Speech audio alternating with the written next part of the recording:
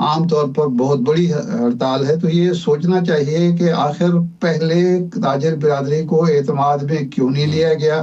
کیا واقعی تاجر ٹیکس دینا ہی نہیں چاہتے, یا تاجروں کی کوئی معقول تجاویز ہیں, معقول مطالبات ہیں؟ یہ حکومت کے سوچنے کی بات ہے.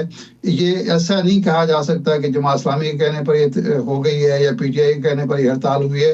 یہ انڈیجنس ایک شکایات ہیں جس کو بہرحال دور کرنا پڑے گا. صحیح. ارشاد صاحب, علی پرویز ملک صاحب سے جان لیتے ہیں, ظاہر ہے ریلیونٹ منسٹر بھی ہیں. علی صاحب, سب سے پہلے تو شکریہ آپ کے وقت کا. ارشاد صاحب نے بھی بات کی کہ مسلم لیگ نون کے بارے میں ہمیشہ یہ تاثر رہا کہ ایک تاجر دوست جماعت ہے, آپ کی حکومت کو بھی تاجر دوست کہا جاتا ہے. یہ ہڑتال کی کال پہلے سے موجود تھی, آج ہڑتال کی بھی گئی, اس کو روکنے کی کوشش حکومت کی طرف سے کیوں نہیں کی گئی؟ دیکھیں فیصل صاحب, میرا تو خیال یہ ہے کہ ارشاد صاحب نے میرا کام قدرے آسان کر دیا ہے.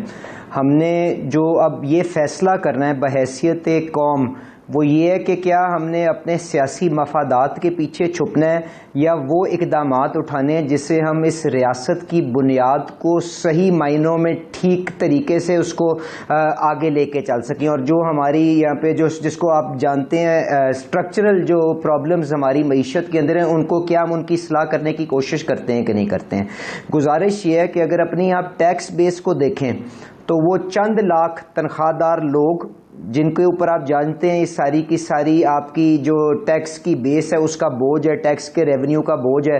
اس کے ساتھ ساتھ جو آپ کے مینوفیکچررز ہیں جن کی فیکٹریاں اور کارخانے موجود ہیں, وہ تقریباً 60% 70% جو اس ٹیکسیشن کا لوڈ ہے اپنے کندھوں پہ اٹھا کے چل رہے ہیں. اور باقی کے جو ہمارے طبقے ہیں, میں کسی ایک طبقے کی بات نہیں کر رہا ہوں, وہ اگر اپنا کردار اس معیشت کی بحالی اور اس کو اس کا قبلہ درست کرنے کے اندر نہیں ڈالیں گے تو مجھے بتائیں یہ کس طرح سے اصلاحات اور کس طرح سے یہ معاملہ آگے چلے گا. تو یہ ارشاد صاحب نے بالکل ٹھیک بتایا ہے. تو اس لیے ہم سب کو اپنی قومی ذمہ داری کا احساس کرنا چاہیے اور اس کے اندر آ کے اپنی آمدنی کے مطابق اپنا کردار اور اپنا حصہ ڈالنا چاہیے. اب جہاں تک یہ بات کہ جو کاروباری ہمارے ساتھی ہیں ان کے ساتھ کیا یہ مشاورت کا سلسلہ جاری تھا کہ نہیں جاری تھا, وہ میں آپ کو بتا سکتا ہوں. درجنوں کے حساب سے ملاقاتیں ان کے ساتھ چلیں, پر اگر آپ کا آغاز اور اختتام اس نقطے سے ہو کہ ہم نے کسی قسم کا ٹیکس نہیں دینا, تو مجھے بتائیں اس کا حل کیا نکل سکتا ہے.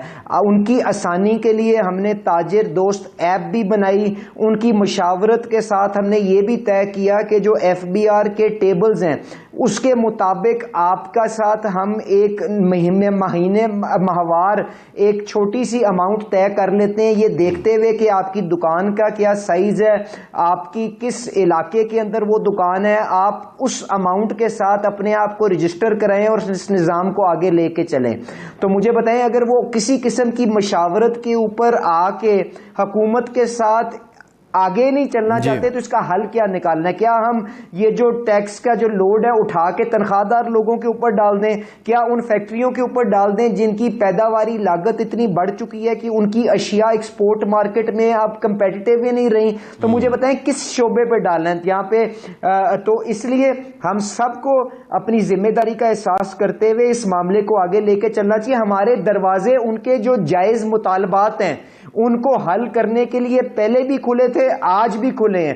ان کی جو بجلی کے بلوں کا معاملہ ہے دیکھیں, اس کے لیے جتنا جامع انداز کے اندر اصلاحات کا ایک ایجنڈا آگے لے کے چل رہے ہیں, میرا خیال ہے کبھی بھی پاکستان کی تاریخ میں اس قسم کا ایفرٹ نہیں ہوا.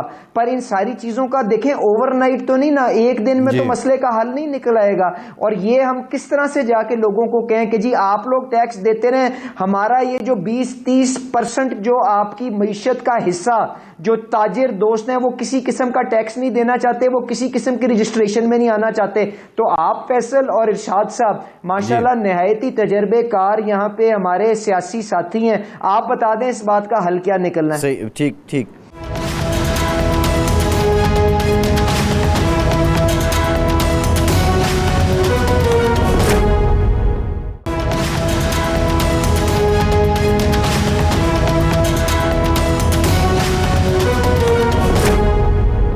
علی صاحب بات یہ ہے جو تاجر برادری جو کہتی ہے ایک تو وہ کہتی ہے کہ جی ٹیکسوں کا بوجھ جو ہے وہ آپ زرعی شعبے پر ڈالنے کے لیے تیار نہیں ہے. ویسے وہ معیشت کا 23% ہے اور ٹیکس ان کا 1% بھی نہیں ہے.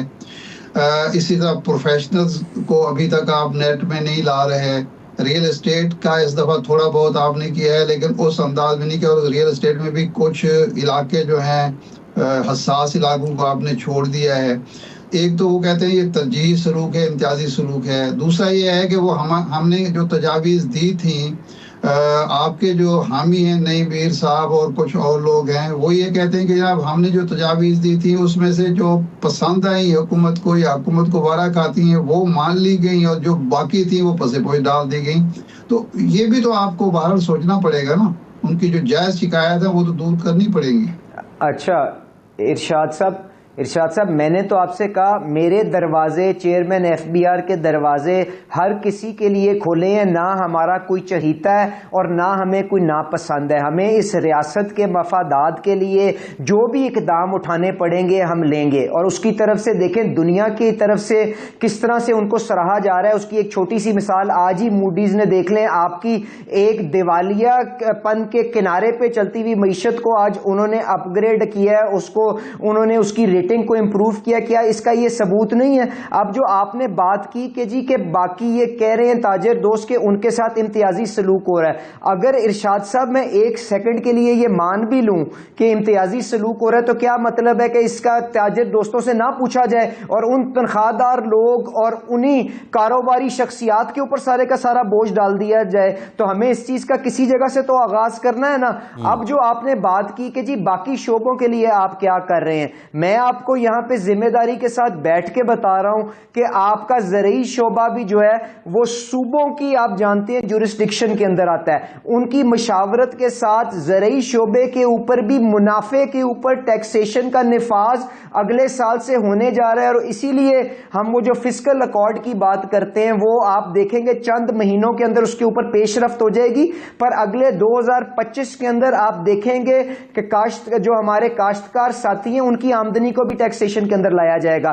ریل اسٹیٹ کے اوپر ڈیمانڈ سائڈ کے اوپر بھی ٹیکسیشن ہوئی ہے, سپلائی سائڈ کے اوپر بھی. آپ یقین مانیں یہ سن کے آپ کو پریشانی ہوگی, یہ بڑے بڑے ڈیولپرز جو ہیں جو یہاں پہ کروڑوں روپے کی گاڑیوں میں پھرتے ہیں, ان کی کمپنیوں کی آپ بیلنس شیٹیں اٹھائیں تو آپ کو پتا چلتا ہے کہ ہر سال وہ اپنا خسارہ ڈکلیئر کرتے ہیں اور ٹیکسیشن سے بچ جاتے ہیں. تو پہلی دفعہ ان کے اوپر بھی ڈیم ٹیکسیشن لگائی گئی ہے اس بجٹ کے اندر, اور سمجھا جائے گا کہ 15% ان کا منافع کی شرح اور اس کے اوپر ٹیکس لگے گا. اس کے علاوہ کون سا شعبہ ہے جس کو ہم ٹیکس میں لانے کی کوشش نہیں کر رہے ہیں؟ ہر طرح کا جامع پلان کر رہے ہیں, پر اس طرح سے اپنی ذمہ داری سے آپ اپنی جان نہیں چھڑا سکتے یہ کہہ کے کہ جی کسی اور کے ساتھ ہلکا ہاتھ رکھا جا رہا ہے یا دوسرے کے ساتھ بھاری ہاتھ رکھا جا رہا ہے. کیا تنخواہ داروں کی مثال سامنے نہیں ہے؟ کیا جو مینوفیکچرنگ سیکٹر جو 12-13% ہے 50% ٹیکس لوڈ اٹھا کے چل رہا ہے, کیا اس کی مثال ان کے سامنے نہیں ہے؟ ہر کسی کو اپنی قومی ذمہ داری کے مطابق اپنی آمدنی کے مطابق ٹیکس دینا ہوگا, اور اسی طرح وائڈن ہو کے ہم تنخواہ دار دوستوں کا بوجھ گھٹا سکتے ہیں. آپ نے جو اصلاحات کی ہیں ٹھیک ہے, یہ سمجھ آتی ہے کہ جو معاشی اصولوں پہ چلنا ہوگا, ہمیں ٹیکس دینا ہوگا. رائٹ سائزنگ کے نام پہ بھی آپ نے اصلاحات کی ہیں. 82 ادارے ہیں جن کو ضم کر کے 40 کر دیا گیا ہے. لیکن مسئلہ یہ ہے کہ آج تاجروں کی ہڑتال میں یوٹیلیٹی سٹورز کے ملازمین بھی شامل ہوئے ہیں. یہ بھی سننے میں آیا کہ PWD کے لوگ بھی اس میں شامل ہوئے ہیں. یہ ملازمین جن کو ضم کیا جا رہا ہے یا جن کو ان کی نوکری سے برخاست کیا جا رہا ہے, ان کو آفر کیا کیا جائے گا اور کیا ان کو مطمئن کر لیا جائے گا؟ کیونکہ ہم نے یہ دیکھا کہ جب PTCL کی نجکاری ہوئی تھی تو اس وقت سے آنورڈ اس وقت بھی بڑے احتجاج ہوئے تھے, بہرحال لوگ قائل ہو گئے تھے.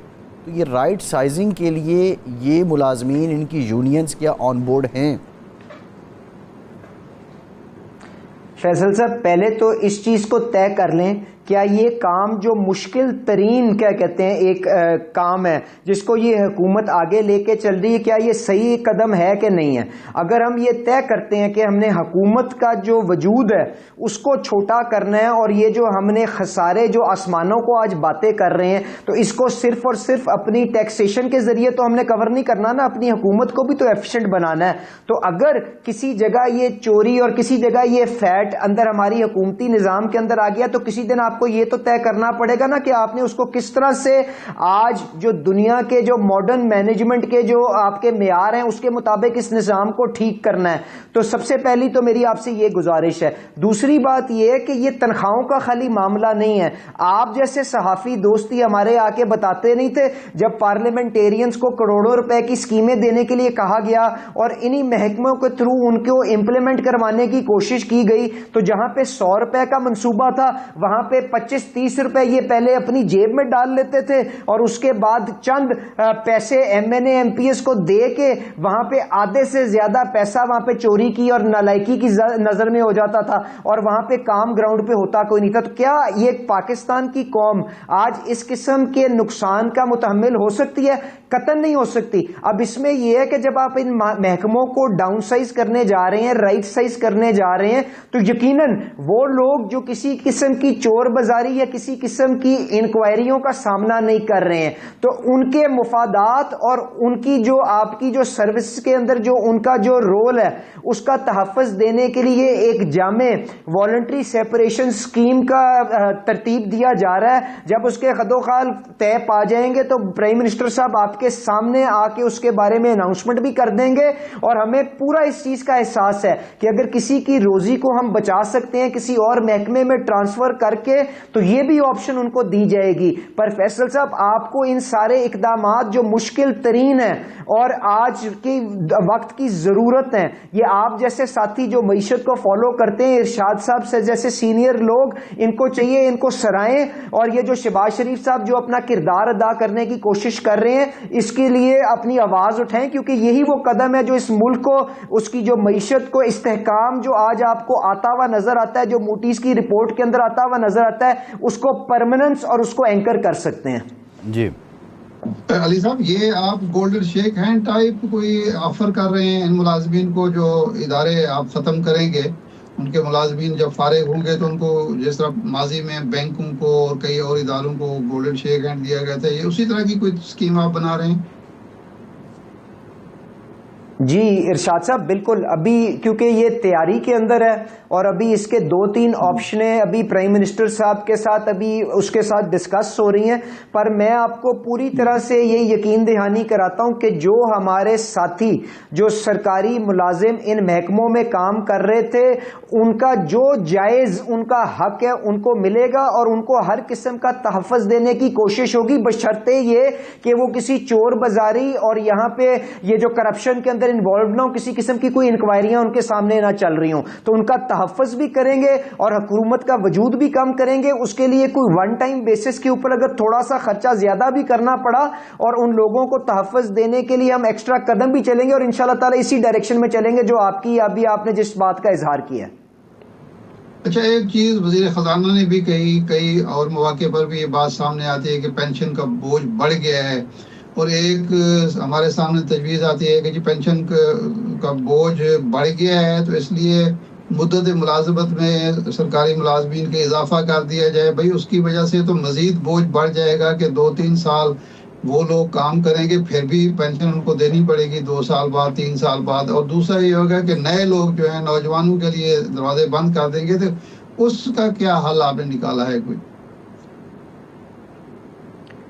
دیکھیں ارشاد صاحب, میں پینشن جو ہے وہ بالکل آپ اگر وفاقی حکومت اور بلکہ ساتھ صوبائی حکومتوں کو بھی دیکھیں نا اور ان کو ملا کے دیکھیں, تقریباً یہ جو سالانہ خرچہ ہے آپ کا پینشن کا 2000 ارب سے زیادہ کا بن گیا ہوا ہے اور یہ اب انسسٹینیبل ہے. اس لیے پینشن کی اسکیمیں جو ہیں ہم شاید جا کے جو ملازمین جن کے ساتھ معاہدے پہلے ہو چکے ہیں وہ تو شاید ریوائز نہ کر سکیں, پر اسی حکومت نے یہ فیصلہ کیا ہے کہ ہم ان پینشن اسکیمز کو کنٹریبیوٹری بیسس کے اوپر کنورٹ کریں گے جو آج کل کی جو آپ کے جو ماڈرن تقاضے ہیں ان کے مطابق ہوگی. اور اس کے ساتھ ساتھ حکومت ساتھ اس پینشن کے لوڈ کو فنڈ کرنے کے لیے ایک اسپیشل اکاؤنٹ بھی قائم کر دے گی تاکہ کسی کے اوپر یہ بوجھ نہ ہو. تو ایک چیز تو یہ ہے. اب باقی اس کے بیونڈ اور آپ نے کس طرح سے پینشن کی لائبلٹی کو مینج کرنا ہے اس میں دیکھیں, اگر آپ سروس ریٹائرمنٹ کی ایج بڑھاتے ہیں تو پینشن پینشن کا بوجھ وقتی طور پہ کم ہوتا ہے کیونکہ وہ لوگ پروڈکٹیو لائف ان کی 2-3 سال سے بڑھ جائے گی.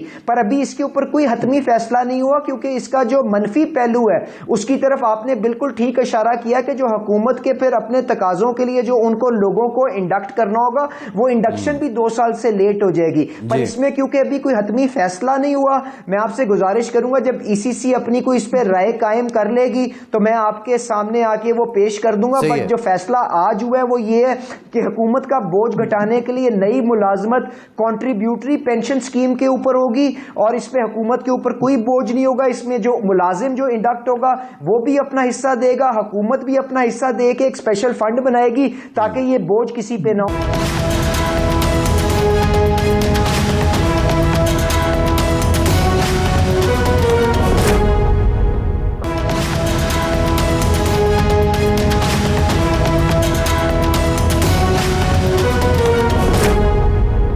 میں جو اپنے افواج کے ساتھی ہیں ان کو بھی سراہنا چاہتا ہوں کیونکہ ان کو جب ہم نے اس چیز کے اوپر کنورٹ اور مائگریٹ کرنے کی بات کی ہے تو ان کو اپنے سروس سٹرکچر کو چینج کرنا ہوگا کیونکہ ایک بہت بڑا پینشن کا برڈن یہ آرمڈ فورسز کا بھی ہے, آپ کی مسلح افواج کا بھی ہے. تو انہوں نے بھی 1 سال کے اندر یہ وعدہ کیا کہ اگلے سال سے ہم بھی کنٹریبیوٹری اسکیمز پہ آ جائیں گے اور اپنے سروس سٹرکچر کو اس کے مطابق الائن کر لیں گے. تو this is a step in the right direction. اللہ تعالیٰ خیر رکھے, ہم اس پاکستان کے خساروں کو کنٹرول کرنے کے لیے جو آپ کے بڑے بڑے اخراجات ہیں ان کو اسی طرح سے اصلاحات کے ذریعے قابو پانے کی کوشش کریں گے. ملک صاحب, اخبارات میں خبر لگی ہے کہ سعودی عرب نے ریکارڈک کے لیے 15% شیئر کی آفر کی ہے کہ 15% شیئر جو ہیں وہ دیے جائیں. تو حکومت پاکستان کتنے شیئرز دینے پہ رضامند ہے اور اس کے عوض کتنے ڈالر کی سرمایہ کاری آنے کی امید ہے؟ دیکھیں فیصل صاحب, یہ بات جو ہے آپ جانتے ہیں جب سعودی وفد یہاں پہ آیا تو انہوں نے اپنا انٹرسٹ کا اظہار کیا کہ ہم ریکو ڈک کے اندر آپ سے آپ کا حصہ خریدنا چاہتے ہیں کیونکہ وہ پاکستان کو ایک اٹریکٹیو مارکیٹ کی طور پہ دیکھتے ہیں اور اس کے ساتھ ساتھ اور بھی بے پناہ انویسٹمنٹس ہیں جو وہ اس وقت کنسیڈر کر رہے ہیں. پر اس میں کیونکہ ابھی یہ معاملہ ابھی فائنل نہیں ہوا, میرا نہیں خیال یہ مناسب ہوگا کہ وہ شرائط میں یہاں پہ آ کے پبلک سپیئر میں رکھوں. پر میں آپ سے جو گزارش کروں گا وہ یہ ہے کہ یہ ساری کی ساری ٹرانزیکشن ایک ٹرانسپیرنٹ انداز کے اندر پاکستان کا مفاد اولین رکھتے ہوئے انشاءاللہ تعالی ہوگی. اور ایک دفعہ جب یہ کانٹریکٹس اور یہ اگریمنٹس ہو جاتے ہیں تو میں آپ کے سامنے آ کے گوش گزار کر دوں گا اور اس کے پیچھے جو سوچ تھی وہ بھی بیان کر دوں گا. اچھا, یہ فرمائیں کہ 1.2 بلین ڈالر کا آپ نے قرض مانگا سعودی عرب سے, وہ جو گیپ ہے اس کو پورا کرنے کے لیے وہ معاملہ آگے بڑھا یا وہ صرف یہ انویسٹمنٹ ہوگی اور وہ قرض نہیں ملے گا؟ دوسرا جو رول ہو رہا ہے 12 ارب ڈالر کا جس کی وجہ سے IMF کا پیکج ڈیلے ہو رہا ہے, وہ کہاں پہنچا چین کی طرف سے, سعودی عرب کی طرف سے اور UAE کی طرف سے؟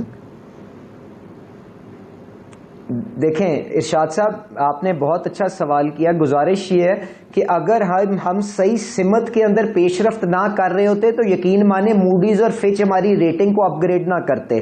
اب جو آپ نے ایکسٹرنل فائنینسنگ گیپ کی بات کی ہے وہ دیکھیں اس میں گزارش اس طرح سے ہے کہ جب ہمارا IMF کے ساتھ مسئلے پچھلے سال 1.5 سال پہلے بنے تو آپ جانتے ہیں ہم تقریباً گلف جو ممالک ہیں ان کا ہم نے 2-2.5 ارب ڈالر کے لون ہمیں ری پے کرنے پڑے. تو اب جب IMF دوبارہ آن ٹریک ہے اور ہم بورڈ اپروول کی طرف تیزی سے پیش رفت کر رہے ہیں تو ہم صرف اور صرف کمرشل ٹرمز کے اوپر اپنے فائنینسنگ گیپ کو پلگ کرنے کی کوشش کریں گے. اس میں یقیناً وہ جو ڈیفرڈ آپ کا oil credit facility from Saudi آباد وہ بھی ایک آپشن موجود ہے اور اس کے ساتھ ساتھ جو لونز ہم نے پہلے ری پے کیے تھے وہ آپ جانتے ہیں ایک آپ کا معیشت کی مینجمنٹ کا ایک روٹین کا معاملہ ہوتا ہے جس کے اندر آپ لونز کو ری پے بھی کرتے ہیں اور دوبارہ نئے لونز کو ڈرا بھی کرتے ہیں. اس کے تحت ہم اس کو ایڈجسٹ کریں گے. جہاں تک آپ کا جو سیف ڈپازٹ جو ہمارے دوست ممالک نے ہمیں دیا ہوا ہے ان سے کوئی نئی امداد کا نہ ہم مانگ رہے ہیں نہ انہوں نے کوئی اس کے اوپر اپنی رائے دی ہے. پر جہاں تک رول اوورز کی بات ہے وہ پچھلے کئی سالوں سے وہ سالانہ بنیاد کے اوپر رول اوور کرتے ہیں اور ہماری ابھی یہ انڈرسٹینڈنگ ہے کہ وہ پروسیس اسی طرح آگے جاری رہے گا. نہیں لیکن دیکھیں پہلے اس طرح تو مشکل پیش نہیں آئی کہ رول اوور لیٹ ہوا ہو جس کی وجہ سے آپ کا بورڈ کا میٹنگ میں آپ کا ایجنڈے پر نام ہی نہ آیا ہو. یہ کوئی نہ کوئی ڈیلے تو ہے نا جس کی وجہ سے 4 ستمبر کے اجلاس میں پاکستان نہیں ارشاد کا صاحب، نام نہیں ارشاد صاحب، رول اوور کی تو بات اس وقت آتی ہے جب آپ کا وہ سال کا پیریڈ اختتام ہوتا ہے تو پھر وہ رول اوور ہوگا. مسئلہ وہ نہیں ہے. مسئلہ جو آپ نے پہلے فائنینسنگ گیپ کی بات کی تھی، جو آپ نے کمرشل ڈیٹ ارینج کرنا ہے، اس کی ارینجمنٹ کی وجہ سے جا رہا ہے، اور انشاءاللہ اگلے ہفتے ڈیڑھ کے اندر آپ کو اس فرنٹ کے اوپر بھی اچھی خبر آ جائے گی. تو وہ کمرشل ڈیٹ جو ہم نے پری پے کر دیا تھا، جو ہم نے ری پے کر دیا تھا $2.5 بلین کا، جو گلف ممالک کے 3-4 بینکوں کی طرف سے ملا ہوا تھا، تو جب وہ دوبارہ ارینج ہو جائے گا تو انشاءاللہ تعالی آپ کو بورڈ کے اوپر بھی پاکستان کا کیس نظر آ جائے گا، اور یہ معاملہ اگلے 2 ہفتے کے اندر مطلب ستمبر کے مہینے کے اندر کلوز ہوتا ہوا نظر آئے گا. ایک بات ذرا کلیئر کر دیں علی پرویز ملک صاحب کہ یہ بینکس یعنی اب حکومت پاکستان کے جو معاملات اٹکے ہوئے ہیں وہ دوسرے ممالک کے بینکس کے ساتھ ہیں. چین، سعودی عرب یا UAE کی حکومت کی طرف سے کوئی رکاوٹ نہیں ہے اس معاملے میں؟ بالکل کوئی رکاوٹ نہیں ہے. ہمارے دوست ممالک جو ہیں وہ اسی طرح جس طرح ہمیں پہلے سپورٹ کر رہے تھے، رول اوورز جو انہوں نے ہمیں ڈپازٹ دیے ہیں اس کی شکل کے اندر، اور باقی کی جو انہوں نے ہمیں فیسلٹیز دی ہیں وہ اسی طرح انٹیکٹ ہے. یہ شہباز شریف صاحب کی حکومت کا فیصلہ تھا کہ ہم اپنے دوستوں کو غیر ضروری بنا کے اوپر کسی قسم کا تکلیف نہیں دیں گے، اور ہم اپنے سارے کے سارے معاملات جو ہیں کمرشل ٹرمز کے اوپر حل کرنے کی کوشش کریں گے. اور کیونکہ ہم نے $2.5-3 بلین کی اپنے لونز کو پری پے کیا ہوا ہے، تو یہ معاملات ان کے ساتھ طے کرنے کی کوشش کی جا رہی ہے تاکہ ان پیسوں کو ڈرا کر کے ہم اپنی فائنینسنگ نیڈ کو پورا کر لیں اور IMF کے ساتھ جا کے یہ کنکلوڈ کر لیں. اور کیونکہ یہ چیزیں صحیح سمت کے اندر چل رہی ہیں تو آپ دیکھ رہے ہیں موڈیز اور فچ اس کو ری انفورس بھی کریں، مارکیٹس بھی اس کو ریوارڈ کر رہی ہیں، ڈالر بانڈ بھی آپ کی ریکارڈ سطح کے اوپر پہنچ چکا ہوا ہے. تو every thing is moving in the right direction. آپ کو میں صرف گزارش کروں گا تھوڑا سا پیشنٹلی ان چیزوں کو آبزرو کریں، آپ کو ستمبر کے مہینے کے اندر ہی اچھی خبر آ جائے گی. نہیں لیکن یہ جو کمرشل بینکوں کے قرضے ہوں گے جو خاصے مہنگے ہوں گے وہ تو ہماری معیشت پر بوجھ نہیں بنیں گے. ارشاد صاحب وہ یقیناً IMF کے لون سے تو زیادہ مہنگے ہوں گے، پر جب آپ IMF پروگرام کے اندر ہوتے ہیں تو وہ جو قیمت ہے وہ بھی کافی حد تک آپ کی ریزنیبل ہو جاتی ہے. تو اس لیے میرا خیال ہے کہ جس قسم کے خدشات کا اظہار آپ کر رہے ہیں جب ہم IMF پروگرام میں نہیں تھے اور جو اخباروں میں آئی کہ جس قسم کی قیمت شاید ہمیں قرضوں کے اوپر دینی پڑے، قطعاً اس طرح کا نہیں ہوگا.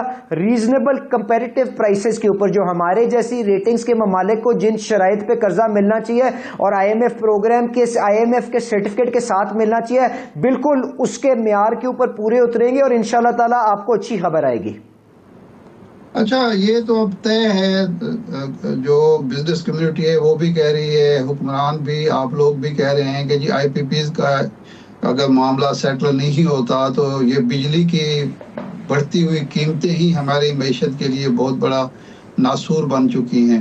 تو جو مذاکرات شروع ہوئے تھے کچھ IPPs سے کچھ معاہدے ریوزٹ کرنے کا، وہ کہاں تک پہنچا؟ آپ کے علم میں ہے کہ کب قوم کو آپ سنائیں گے کہ جب ہم بجلی سستی کرنے کی پوزیشن میں آ گئے ہیں؟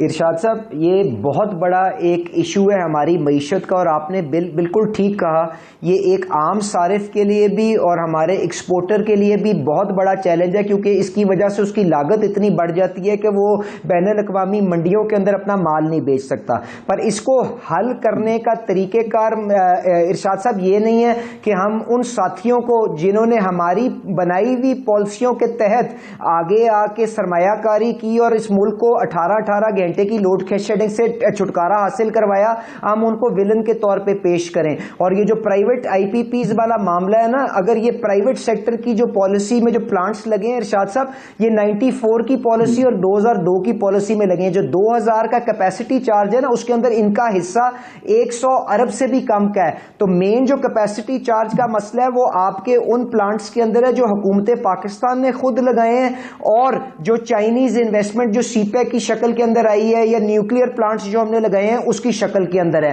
اور کیپیسٹی پیمنٹ کا مسئلہ آپ اس وقت تک حل نہیں کر سکتے جب تک آپ سنگل بائر مارکیٹ سے باہر نہیں نکلتے, کیونکہ آپ کے ملک کے اندر جو آپ کی ڈیمانڈ ہے وہ 10,000 پہ بھی جاتی ہے, 30,000 میگا واٹ پہ بھی جاتی ہے. تو اگر کوئی پرائیویٹ سرمایہ کار آ کے پیسے لگاتا ہے تو یہ تو نہیں ہو سکتا کہ آپ اس کو بجلی کسی کو بیچنے بھی نہ دیں اور اس کو جو اس کے قرض کی قسط بھی ملے نا, تو اس طرح تو کوئی سرمایہ کاری نہیں ہوگی. تو اس نظام کو اصلاحات کے ذریعے ہم ٹھیک کر سکتے ہیں اور اس کے اوپر بے پناہ کام ہو رہا ہے. اس کے لیے آپ جانتے ہیں فائنانس منسٹر اور پاور منسٹر چائنا بھی گئے تھے, ان کے لونز کو ری پروفائل کرنے کی بھی بات ہو رہی ہے, ایندھن کو بھی سستا ایندھن لانے کے اوپر بات ہو رہی ہے. اس کے علاوہ جو آپ کا 6 روپے کی تقریباً چوری آپ کی ڈسکوز کے اندر اور نان پیمنٹ آپ کی ڈسکوز کے اندر ہوتی ہے, اس کے اوپر بھی کام جاری ہے. پھر آپ کے پاس سستے منصوبے, سستے ایندھن کے منصوبے ساؤتھ کے اندر موجود ہیں, وہ نارتھ کے اندر اپنی بجلی مہیا نہیں کر سکتے کیونکہ ٹرانسمیشن لائنیں موجود نہیں ہیں, اس کے اوپر بھی کام ہو رہا ہے. تو مل ملا کے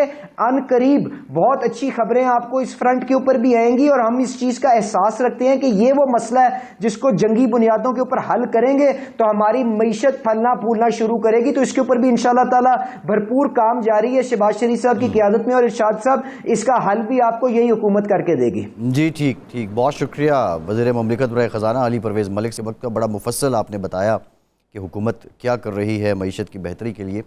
ایک بریک کے بعد واپس آتے ہیں اور حکومت جو قانون سازی کر رہی ہے اس پر بات کریں گے. ہمارے ساتھ رہیں.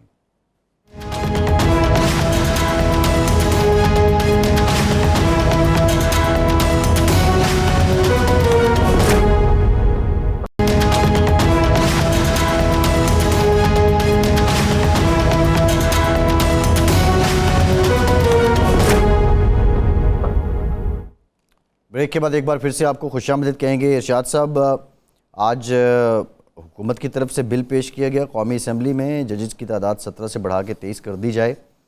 سوال تو یہ ہے کہ اس کے لیے 2/3 اکثریت چاہیے, تو حکومت کے پاس کیا نمبر موجود ہے, یہ اس پہ ذرا بات کرتے ہیں. ہمیں ماہر انتخابی امور اور پولیٹیکل کمنٹیٹر احمد بلال محبوب صاحب نے جوائن کیا ہے. بہت شکریہ احمد صاحب, آپ پیل ڈیٹ کے سربراہ ہیں. احمد صاحب یہ بتائیے کہ یہ جو 17 سے 23 کرنے والا معاملہ ہے, اس کے دیگر اسپیکٹ تو اپنی جگہ, لیکن ایک کلیدی سوال ہے کہ کیا حکومت شور ہے, اس کے پاس اتنے نمبرز موجود ہیں, یا حکومت جو ہے وہ کوئی ٹیسٹر پھینک رہی ہے, یا حکومت سمجھتی ہے کہ یہ ایک ایسا قانون ہے کہ جس پہ اپوزیشن کے لوگ بھی ہمارے ساتھ ہوں گے, ان کے پاس بھی اعتراض کا کوئی جواز نہیں ہوگا. بہت شکریہ. دیکھیے, میری انڈرسٹینڈنگ تو یہ ہے کہ ججوں کی تعداد بڑھانے کے لیے 2/3 اکثریت کی ضرورت نہیں ہے. ایک سمپل قانون پاس کرنا ہے, اس کے لیے آپ کو اکثریت کی ضرورت ہے, قومی اسمبلی میں بھی اور سینٹ میں بھی. میری انڈرسٹینڈنگ تو یہی ہے. آئین کو آج میں نے دیکھا تھا تو اس میں تو یہی لکھا ہوا ہے کہ وہ تعداد مقرر ہوگی جیسا کہ پارلیمنٹ قانون کے اندر ڈیفائن کرے گی. تو پارلیمنٹ نے اس وقت 17 ڈیفائن کیا ہوا ہے, اور اب 23 کر دیں گے تو وہ بھی سادہ اکثریت سے ہو جائے گا. صحیح ہے.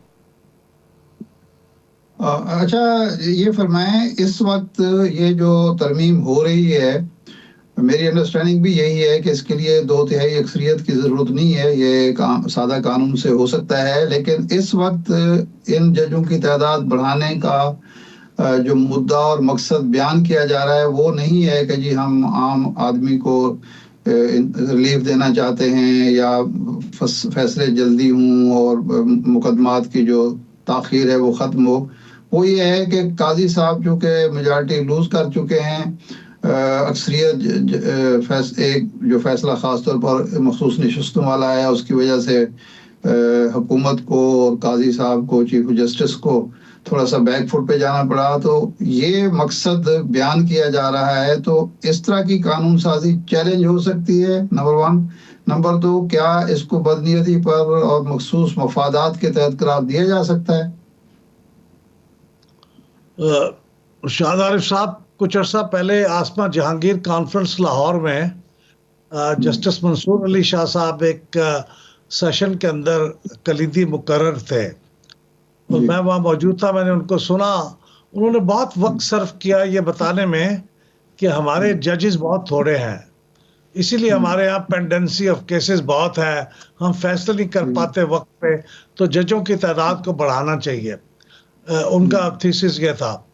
تو بظاہر تو یہی بتایا جا رہا ہے کہ یہ چونکہ مقدمے بہت زیادہ پینڈنگ ہو رہے ہیں, ان میں اضافہ ہو رہا ہے, تو یہ ریزن تو اپنی جگہ بالکل درست ہے, لیکن یہ آپ کی بات بھی بالکل درست ہے کہ اس وقت یہ جو فیصلہ کیا جا رہا ہے بڑھانے کا, کیا اس کے پیچھے یہی ایک مقصد ہے یا کوئی سیاسی مقاصد ہے؟ تو میرا بھی یہی خیال ہے کہ شاید سیاسی مقاصد بھی ہیں, لیکن چونکہ قانون بہرحال پارلیمنٹ کمپیٹنٹ ہے بنانے کے لیے اور اس کی وجوہات بھی موجود ہیں اور ججز خود بھی یہ کہتے رہے ہیں, لہٰذا اس کو بدنیتی کی بنیاد پر یا کسی اور بنیاد پہ رد کرنا یا اس کو اوور ٹرن کرنا میرے خیال میں تو ممکن نہیں ہوگا. صحیح. اب اس کے بعد مسئلہ آ جاتا ہے جو 2-3 ترامیم پیش کی گئی ہیں بیرسٹر وکیل صاحب کی طرف سے, تو اس میں ایک ترمیم ایسی ہے جیسے یہ تاثر ملتا ہے کہ جو فیصلے 1-2 سپریم کورٹ نے کیے ہیں حکومت کے مزاج کے یا حکومت کی خواہشات کے یا حکومت کے مفادات کے برعکس, ان کو بھی عدالتی قانون سازی کے ذریعے غیر مؤثر کیا جا رہا ہے. تو اگر کوئی ایسا فیصلہ ہوتا ہے, وہ جو آرٹیکل 51 میں اور 69 میں ترمیم ہے, اگر ایسی کوئی چیز ہوتی ہے تو آپ کے خیال میں وہ بھی سسٹینیبل ہوگی کہ ایک عدالتی فیصلے کو آپ قانون سازی کے ذریعے غیر مؤثر کر دیں؟ دیکھیے, آرٹیکل 51 میں ترمیم کی اگر بات ہوگی تو وہ تو 2/3 سے ہی ہوگی نا جی. تو اگر وہ 2/3 میجورٹی سے کر لیں گے تو اس کو اوور ٹرن کرنا تو تقریباً ناممکن ہوگا. لیکن اگر وہ جیسا ابھی فیصلہ پارلیمنٹ نے قانون کے ذریعے کیا, الیکشنز سیکنڈ امینڈمنٹ ایکٹ کے ذریعے, اس کے بارے میں دیکھنے والی بات ہوگی کہ سپریم کورٹ کیا رویہ اختیار کرتا ہے.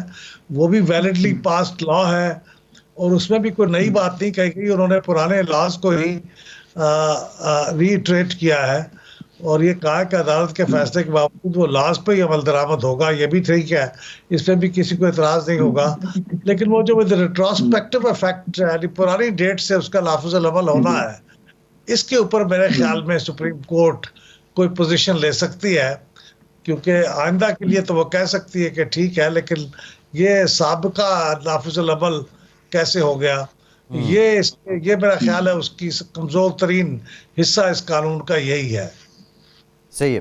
اچھا احمد صاحب, اچھا یہ فرمائیں کہ اس وقت حکومت اور اپوزیشن کے درمیان بھی ایک ڈیڈ لاک نظر آ رہا ہے اور حکومت اور جوڈیشری کے درمیان بھی ایک ڈیڈ لاک نظر آ رہا ہے.